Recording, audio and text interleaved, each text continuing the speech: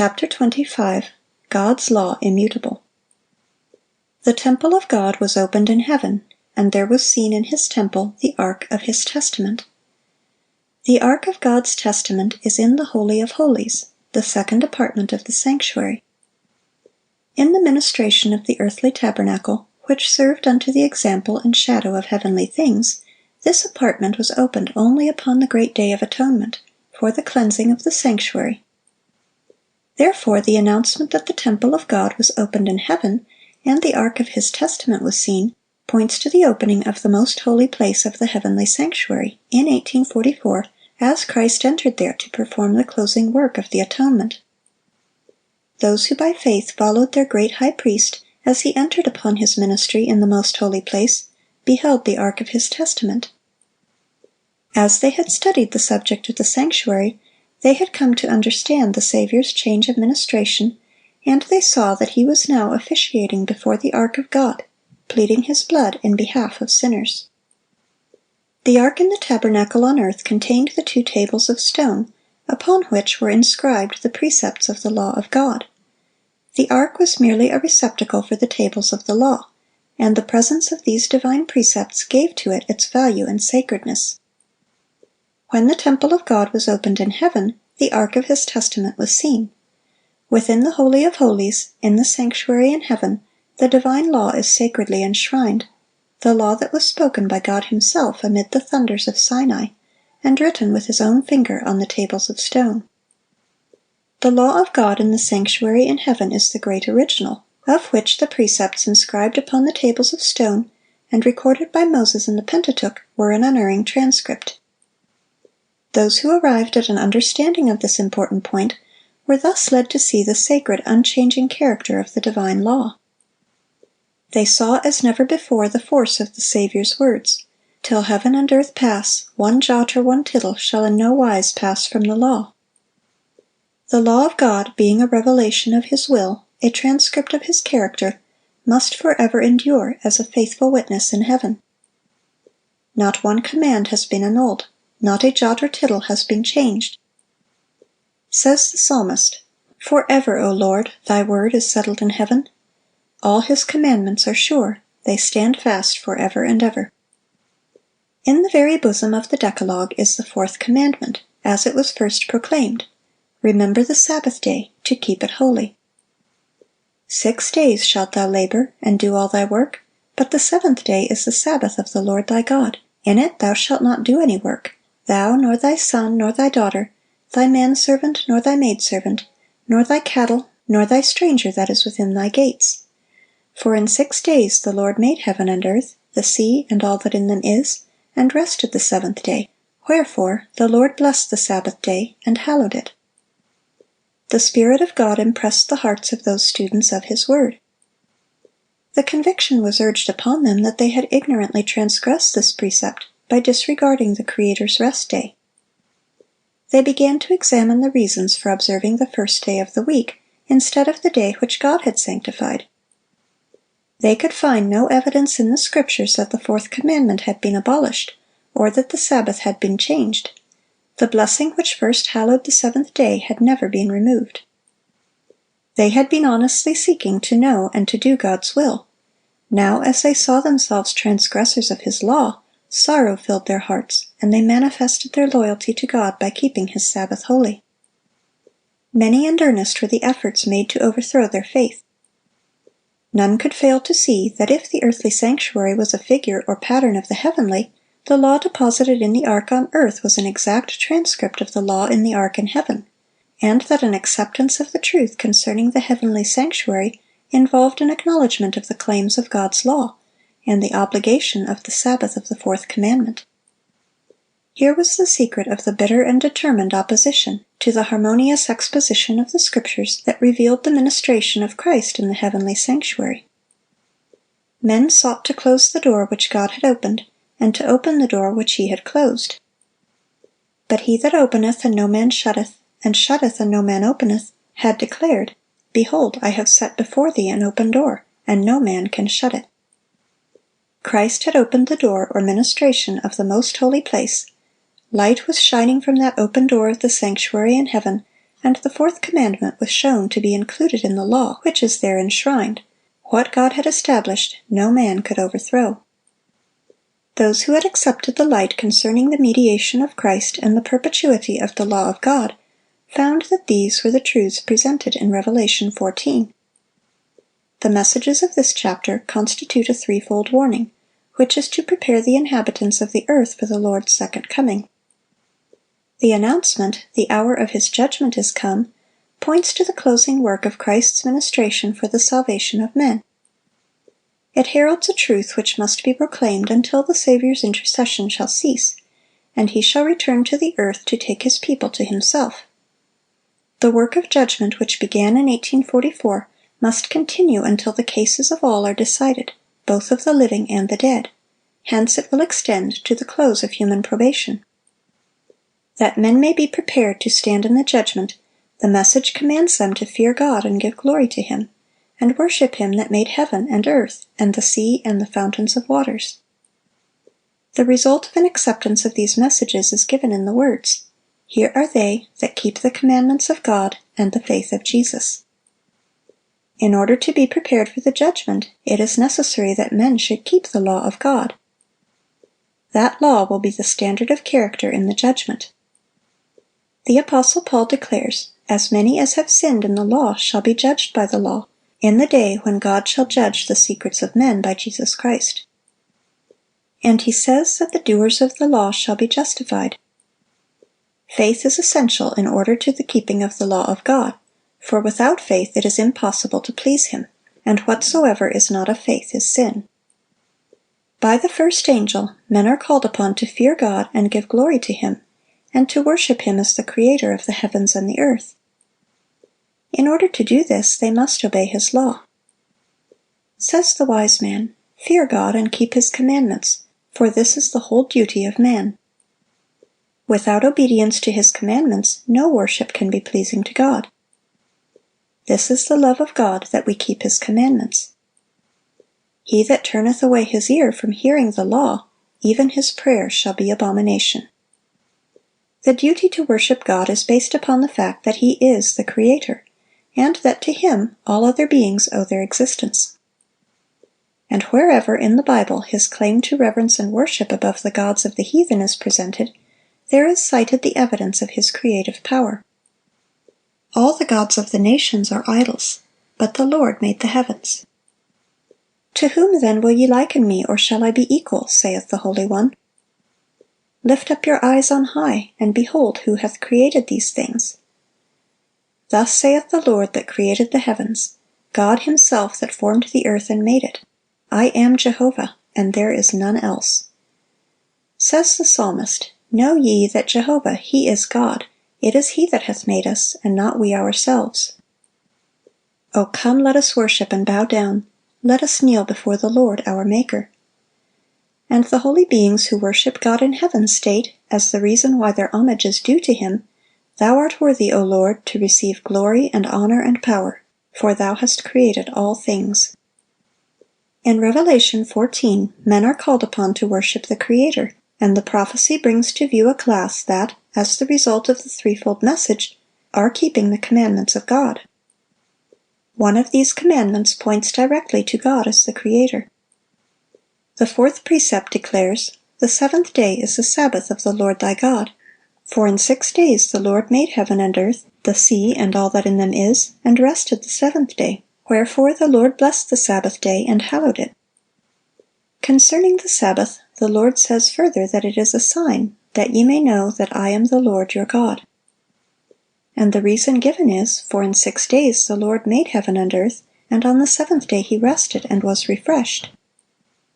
The importance of the Sabbath as a memorial of creation is, that it keeps ever present the true reason why worship is due to God, because he is the Creator and we are his creatures. The Sabbath, therefore, lies at the very foundation of divine worship, for it teaches this great truth in the most impressive manner, and no other institution does this. The true ground of divine worship, not of that on the seventh day merely, but of all worship, is found in the distinction between the Creator and his creatures. This great fact can never become obsolete and must never be forgotten. It was to keep this truth ever before the minds of men that God instituted the Sabbath in Eden, and so long as the fact that He is our Creator continues to be a reason why we should worship Him, so long the Sabbath will continue as its sign and memorial. Had the Sabbath been universally kept, man's thoughts and affections would have been led to the Creator as the object of reverence and worship, and there would never have been an idolater, an atheist, or an infidel. The keeping of the Sabbath is a sign of loyalty to the true God, Him that made heaven and earth, and the sea, and the fountains of waters. It follows that the message which commands men to worship God and keep His commandments will especially call upon them to keep the fourth commandment. In contrast to those who keep the commandments of God and have the faith of Jesus, the third angel points to another class, against whose errors a solemn and fearful warning is uttered. If any man worship the beast and his image, and receive his mark in his forehead or in his hand, the same shall drink of the wine of the wrath of God. A correct interpretation of the symbols employed is necessary to an understanding of this message. What is represented by the beast, the image, the mark? The line of prophecy in which these symbols are found begins with Revelation 12, with the dragon that sought to destroy Christ at His birth. The dragon is said to be Satan. He it was that moved upon Herod to put the Savior to death. But the chief agent of Satan in making war upon Christ and His people during the first centuries of the Christian era was the Roman Empire, in which paganism was the prevailing religion. Thus, while the dragon primarily represents Satan, it is in a secondary sense a symbol of pagan Rome. In chapter 13 is described another beast, like unto a leopard, to which the dragon gave his power, and his seat, and great authority. This symbol, as most Protestants have believed, represents the papacy, which succeeded to the power and seat and authority once held by the ancient Roman Empire. Of the leopard-like beast it is declared, "There was given unto him a mouth speaking great things and blasphemies, and he opened his mouth in blasphemy against God, to blaspheme His name and His tabernacle and them that dwell in heaven. And it was given unto him to make war with the saints, and to overcome them, and power was given him over all kindreds and tongues and nations." This prophecy, which is nearly identical with the description of the little horn of Daniel 7, unquestionably points to the papacy. Power was given unto him to continue 42 months. And, says the prophet, I saw one of his heads as it were wounded to death. And again, he that leadeth into captivity shall go into captivity. He that killeth with the sword must be killed with the sword. The 42 months are the same as the time and times and the dividing of time, 3 years and a half, or 1260 days, of Daniel 7, the time during which the papal power was to oppress God's people. This period, as stated in preceding chapters, began with the supremacy of the papacy, A.D. 538, and terminated in 1798. At that time the pope was made captive by the French army, the papal power received its deadly wound, and the prediction was fulfilled, "He that leadeth into captivity shall go into captivity." At this point another symbol is introduced. Says the prophet, "I beheld another beast coming up out of the earth, and he had 2 horns like a lamb." Both the appearance of this beast and the manner of its rise indicate that the nation which it represents is unlike those presented under the preceding symbols. The great kingdoms that have ruled the world were presented to the prophet Daniel as beasts of prey, rising when the 4 winds of the heavens strove upon the great sea. In Revelation 17, an angel explained that waters represent peoples and multitudes and nations and tongues. Winds are a symbol of strife. The 4 winds of heaven striving upon the great sea represent the terrible scenes of conquest and revolution by which kingdoms have attained to power. But the beast with lamb-like horns was seen coming up out of the earth. Instead of overthrowing other powers to establish itself, the nation thus represented must arise in territory previously unoccupied, and grow up gradually and peacefully. It could not, then, arise among the crowded and struggling nationalities of the Old World, that turbulent sea of peoples and multitudes and nations and tongues. It must be sought in the Western continent. What nation of the New World was in 1798 rising into power, giving promise of strength and greatness, and attracting the attention of the world? The application of the symbol admits of no question. One nation, and only one, meets the specifications of this prophecy. It points unmistakably to the United States of America. Again and again the thought, almost the exact words, of the sacred writer have been unconsciously employed by the orator and the historian in describing the rise and growth of this nation. The beast was seen coming up out of the earth, and according to the translators, the word here rendered "coming up" literally signifies to grow or spring up as a plant. And as we have seen, the nation must arise in territory previously unoccupied. A prominent writer, describing the rise of the United States, speaks of the mystery of her coming forth from vacancy, and says, "Like a silent seed we grew into empire." A European journal in 1850 spoke of the United States as a wonderful empire, which was emerging, and amid the silence of the earth, daily adding to its power and pride. Edward Everett, in an oration on the Pilgrim founders of this nation, said, "Did they look for a retired spot, inoffensive for its obscurity and safe in its remoteness, where the little church of Leyden might enjoy freedom of conscience? Behold the mighty regions over which, in peaceful conquest, they have borne the banners of the cross." And he had 2 horns like a lamb. The lamb-like horns indicate youth, innocence, and gentleness, fitly representing the character of the United States, when presented to the prophet as coming up in 1798. Among the Christian exiles who first fled to America and sought an asylum from royal oppression and priestly intolerance, were many who determined to establish a government upon the broad foundation of civil and religious liberty. Their view found place in the Declaration of Independence, which sets forth the great truth that all men are created equal, and endowed with the inalienable right to life, liberty, and the pursuit of happiness. And the Constitution guarantees to the people the right of self-government, providing that representatives elected by the popular vote shall enact and administer the laws. Freedom of religious faith was also granted, every man being permitted to worship God according to the dictates of his conscience.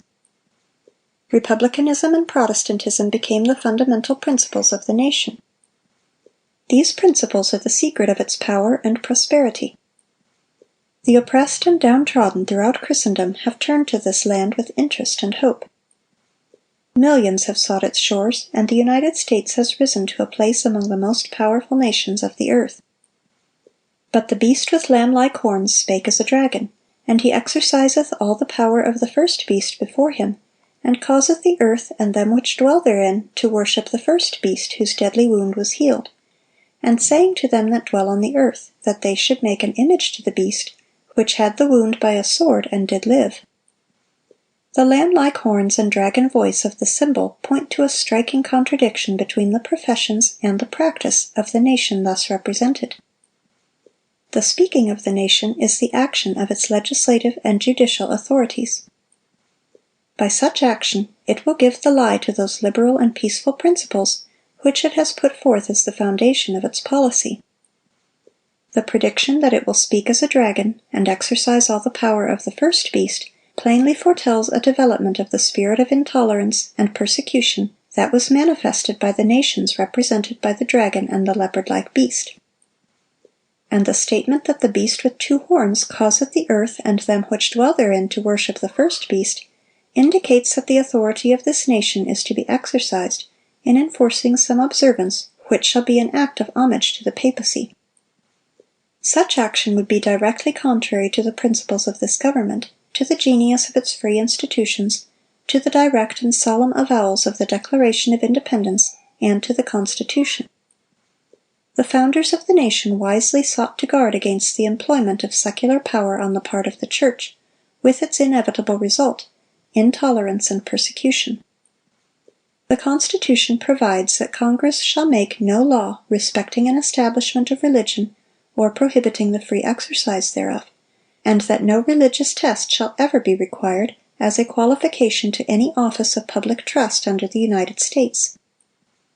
Only in flagrant violation of these safeguards to the nation's liberty can any religious observance be enforced by civil authority. but the inconsistency of such action is no greater than is represented in the symbol. It is the beast with lamb-like horns, in profession pure, gentle, and harmless, that speaks as a dragon, saying to them that dwell on the earth that they should make an image to the beast. Here is clearly presented a form of government in which the legislative power rests with the people, a most striking evidence that the United States is the nation denoted in the prophecy. But what is the image to the beast, and how is it to be formed? The image is made by the two-horned beast, and is an image to the first beast. It is also called an image of the beast. Then, to learn what the image is like, and how it is to be formed, we must study the characteristics of the beast itself, the papacy. When the early church became corrupted by departing from the simplicity of the gospel and accepting heathen rites and customs, she lost the spirit and power of God, and in order to control the consciences of the people, she sought the support of the secular power. The result was the papacy, a church that controlled the power of the state and employed it to further her own ends, especially for the punishment of heresy. In order for the United States to form an image of the beast, the religious power must so control the civil government that the authority of the state will also be employed by the church to accomplish her own ends. Whenever the church has obtained secular power, she has employed it to punish dissent from her doctrines. Protestant churches that have followed in the steps of Rome, by forming alliance with worldly powers, have manifested a similar desire to restrict liberty of conscience. An example of this is given in the long-continued persecution of dissenters by the Church of England. During the 16th and 17th centuries, thousands of nonconformist ministers were forced to leave their churches, and many, both of pastors and people, were subjected to fine, imprisonment, torture, and martyrdom. It was apostasy that led the early church to seek the aid of the civil government, and this prepared the way for the development of the papacy, the beast. Said Paul, "There shall come a falling away, and that man of sin be revealed." So apostasy in the church will prepare the way for the image to the beast. The Bible declares that before the coming of the Lord there will exist a state of religious declension similar to that in the first centuries. "In the last days perilous times shall come. For men shall be lovers of their own selves, covetous, boasters, proud, blasphemers, disobedient to parents, unthankful, unholy, without natural affection, truce-breakers, false accusers, incontinent, fierce, despisers of those that are good, traitors, heady, high-minded, lovers of pleasures more than lovers of God, having a form of godliness, but denying the power thereof. Now the Spirit speaketh expressly, that in the latter times some shall depart from the faith, giving heed to seducing spirits and doctrines of devils. Satan will work with all power and signs and lying wonders, and with all deceivableness of unrighteousness. And all that receive not the love of the truth that they might be saved, will be left to accept strong delusion that they should believe a lie. When this state of ungodliness shall be reached, the same results will follow as in the first centuries. The wide diversity of belief in the Protestant churches is regarded by many as decisive proof that no effort to secure a forced uniformity can ever be made. But there has been for years, in churches of the Protestant faith, a strong and growing sentiment in favor of a union based upon common points of doctrine. To secure such a union, the discussion of subjects upon which all were not agreed, however important they might be from a Bible standpoint, must necessarily be waived. Charles Beecher, in a sermon in the year 1846, declared that the ministry of the evangelical Protestant denominations is not only formed all the way up under a tremendous pressure of merely human fear, but they live and move and breathe in a state of things radically corrupt, and appealing every hour to every baser element of their nature to hush up the truth and bow the knee to the power of apostasy. Was not this the way things went with Rome? Are we not living her life over again? And what do we see just ahead? Another general council, a world's convention, evangelical alliance, and universal creed. When this shall be gained, then, in the effort to secure complete uniformity, it will be only a step to the resort to force. When the leading churches of the United States, uniting upon such points of doctrine as are held by them in common, shall influence the state to enforce their decrees and to sustain their institutions, then Protestant America will have formed an image of the Roman hierarchy, and the infliction of civil penalties upon dissenters will inevitably result. The beast with two horns causeth, commands, all, both small and great, rich and poor, free and bond, to receive a mark in their right hand, or in their foreheads, and that no man might buy or sell, save he that had the mark, or the name of the beast, or the number of his name.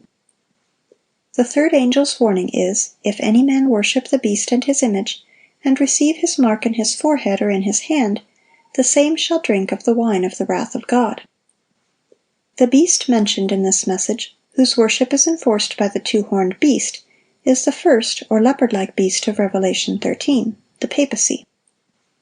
The image to the beast represents that form of apostate Protestantism which will be developed when the Protestant churches shall seek the aid of the civil power for the enforcement of their dogmas.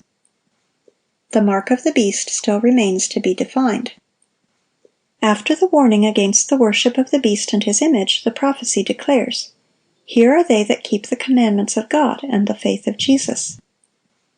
Since those who keep God's commandments are thus placed in contrast with those that worship the beast and his image and receive his mark, it follows that the keeping of God's law on the one hand, and its violation on the other, will make the distinction between the worshipers of God and the worshipers of the beast. The special characteristic of the beast, and therefore of his image, is the breaking of God's commandments. Says Daniel of the little horn, the papacy, "He shall think to change the times and the law." And Paul styled the same power the man of sin, who was to exalt himself above God. One prophecy is a complement of the other. Only by changing God's law could the papacy exalt itself above God. Whoever should understandingly keep the law as thus changed would be giving supreme honor to that power by which the change was made. Such an act of obedience to papal laws would be a mark of allegiance to the Pope in place of God. The papacy has attempted to change the law of God. The second commandment, forbidding image worship, has been dropped from the law, and the fourth commandment has been so changed as to authorize the observance of the first instead of the seventh day as the Sabbath. But papists urge as a reason for omitting the second commandment that it is unnecessary, being included in the first, and that they are giving the law exactly as God designed it to be understood. This cannot be the change foretold by the prophet. An intentional, deliberate change is presented. He shall think to change the times and the law. The change in the fourth commandment exactly fulfills the prophecy. For this, the only authority claimed is that of the church. Here the papal power openly sets itself above God. While the worshipers of God will be especially distinguished by their regard for the fourth commandment, since this is the sign of his creative power, and the witness to his claim upon man's reverence and homage, the worshipers of the beast will be distinguished by their efforts to tear down the Creator's memorial, to exalt the institution of Rome. It was in behalf of the Sunday that popery first asserted its arrogant claims, and its first resort to the power of the state was to compel the observance of Sunday as the Lord's Day. But the Bible points to the seventh day, and not to the first, as the Lord's Day. Said Christ, "The Son of Man is Lord also of the Sabbath." The fourth commandment declares, "The seventh day is the Sabbath of the Lord," and by the prophet Isaiah the Lord designates it, "My holy day." The claim so often put forth that Christ changed the Sabbath is disproved by his own words. In his Sermon on the Mount he said, "Think not that I am come to destroy the law or the prophets. I am not come to destroy, but to fulfill. For verily I say unto you, till heaven and earth pass, one jot or one tittle shall in no wise pass from the law, till all be fulfilled. Whosoever therefore shall break one of these least commandments, and shall teach men so, he shall be called the least in the kingdom of heaven. But whosoever shall do and teach them, the same shall be called great in the kingdom of heaven." It is a fact generally admitted by Protestants that the Scriptures give no authority for the change of the Sabbath. This is plainly stated in publications issued by the American Tract Society and the American Sunday School Union. One of these works acknowledges the complete silence of the New Testament so far as any explicit command for the Sabbath, Sunday the first day of the week, or definite rules for its observance are concerned. Another says, up to the time of Christ's death no change had been made in the day, and so far as the record shows, they, the apostles, did not give any explicit command enjoining the abandonment of the seventh-day Sabbath and its observance on the first day of the week. Roman Catholics acknowledge that the change of the Sabbath was made by their Church, and declare that Protestants, by observing the Sunday, are recognizing her power. In the Catholic Catechism of Christian Religion, in answer to a question as to the day to be observed in obedience to the fourth commandment, this statement is made: "During the Old Law, Saturday was the day sanctified, but the Church, instructed by Jesus Christ, and directed by the Spirit of God, has substituted Sunday for Saturday. So now we sanctify the first, not the seventh day. Sunday means, and now is, the day of the Lord." As the sign of the authority of the Catholic Church, Papist writers cite the very act of changing the Sabbath into Sunday, which Protestants allow of, because by keeping Sunday they acknowledge the Church's power to ordain feasts, and to command them under sin. What then is the change of the Sabbath, but the sign or mark of the authority of the Roman Church, the mark of the beast? The Roman Church has not relinquished her claim to supremacy, and when the world and the Protestant churches accept a Sabbath of her creating, while they reject the Bible Sabbath, they virtually admit this assumption. They may claim the authority of tradition and of the Fathers for the change, but in so doing they ignore the very principle which separates them from Rome, that the Bible and the Bible only is the religion of Protestants. The Papist can see that they are deceiving themselves, willingly closing their eyes to the facts in the case. As the movement for Sunday enforcement gains favor, he rejoices, feeling assured that it will eventually bring the whole Protestant world under the banner of Rome.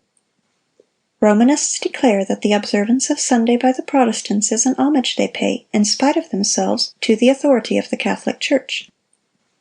The enforcement of Sunday keeping on the part of Protestant churches is an enforcement of the worship of the papacy, of the beast. Those who, understanding the claims of the fourth commandment, choose to observe the false instead of the true Sabbath, are thereby paying homage to that power by which alone it is commanded. But in the very act of enforcing a religious duty by secular power, the churches would themselves form an image to the beast. Hence the enforcement of Sunday keeping in the United States would be an enforcement of the worship of the beast and his image. But Christians of past generations observed the Sunday, supposing that in so doing they were keeping the Bible Sabbath, and there are now true Christians in every church, not excepting the Roman Catholic Communion, who honestly believe that Sunday is the Sabbath of divine appointment. God accepts their sincerity of purpose and their integrity before Him. But when Sunday observance shall be enforced by law, and the world shall be enlightened concerning the obligation of the true Sabbath, then whoever shall transgress the command of God to obey a precept which has no higher authority than that of Rome, will thereby honor popery above God. He is paying homage to Rome, and to the power which enforces the institution ordained by Rome. He is worshiping the beast and his image. As men then reject the institution which God has declared to be the sign of His authority, and honor in its stead that which Rome has chosen as the token of her supremacy, they will thereby accept the sign of allegiance to Rome, the mark of the beast. And it is not until the issue is thus plainly set before the people, and they are brought to choose between the commandments of God and the commandments of men, that those who continue in transgression will receive the mark of the beast. The most fearful threatening ever addressed to mortals is contained in the third angel's message. That must be a terrible sin which calls down the wrath of God unmingled with mercy. Men are not to be left in darkness concerning this important matter. The warning against this sin is to be given to the world before the visitation of God's judgments, that all may know why they are to be inflicted, and have opportunity to escape them. Prophecy declares that the first angel would make his announcement to every nation and kindred and tongue and people. The warning of the third angel, which forms a part of the same threefold message, is to be no less widespread. It is represented in the prophecy as being proclaimed with a loud voice, by an angel flying in the midst of heaven, and it will command the attention of the world. In the issue of the contest, all Christendom will be divided into two great classes: those who keep the commandments of God and the faith of Jesus, and those who worship the beast and his image and receive his mark. Although church and state will unite their power to compel all, both small and great, rich and poor, free and bond, to receive the mark of the beast, yet the people of God will not receive it. The prophet of Patmos beholds them that have gotten the victory over the beast, and over his image, and over his mark, and over the number of his name, stand on the sea of glass, having the harps of God, and singing the song of Moses and the Lamb. End of chapter 25.